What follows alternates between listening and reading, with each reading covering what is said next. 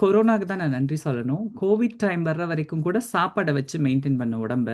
Covid வந்த பிறகு சில நேரம் வீட்ல இருக்க வேண்டியது வந்துச்சு. ஸோ அந்த கோவிட் அந்த லாக்டவுன் டைம்ல. அப்ப நல்லா வெயிட் போட்டுட்டேன். ஸோ நான் கண்ட்ரோல் பண்ணத விட அதிகபட்சமா வெயிட்ட போட்டேன். வெயிட்ட போட்டோனே எனக்கு ஒரு பயம் வந்துருச்சு. ஏன்னா நான் எப்பவுமே உடம்ப மெயின்டெயின் பண்ணி வச்சிருக்கணும் ஒரு இதுல இருந்த ஒரு ஆள்.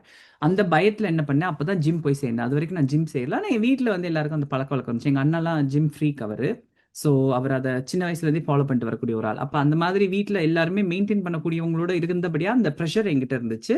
ஆனா ஜிம் போகணுன்ற அந்த மோட்டிவேஷன் இருக்குல்ல, கோவிட் தான் என்ன அனுப்புச்சு. போ அந்த பக்கம் கண்ணாடியே என்ன பார்க்க முடியாம ஓடுனேன்.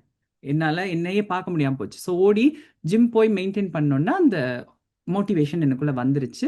ஸோ அத நான் தொடர்ந்து பண்ணிட்டு இருந்தேன். இன்ஃபாக்ட் ஒரு ஓவரா பண்ணி ரொம்ப ஒல்லியாவும் ஆயிட்டேன். அது வேணாம்னு சொல்லிட்டு கொஞ்சம் பூசின மாரி ஆகணும்னு இப்ப திருப்பி கொஞ்சம் வெயிட் போட்டு வச்சிருக்கேன். கோவிட் தான் என்ன இப்ப அங்க அனுப்புச்சு.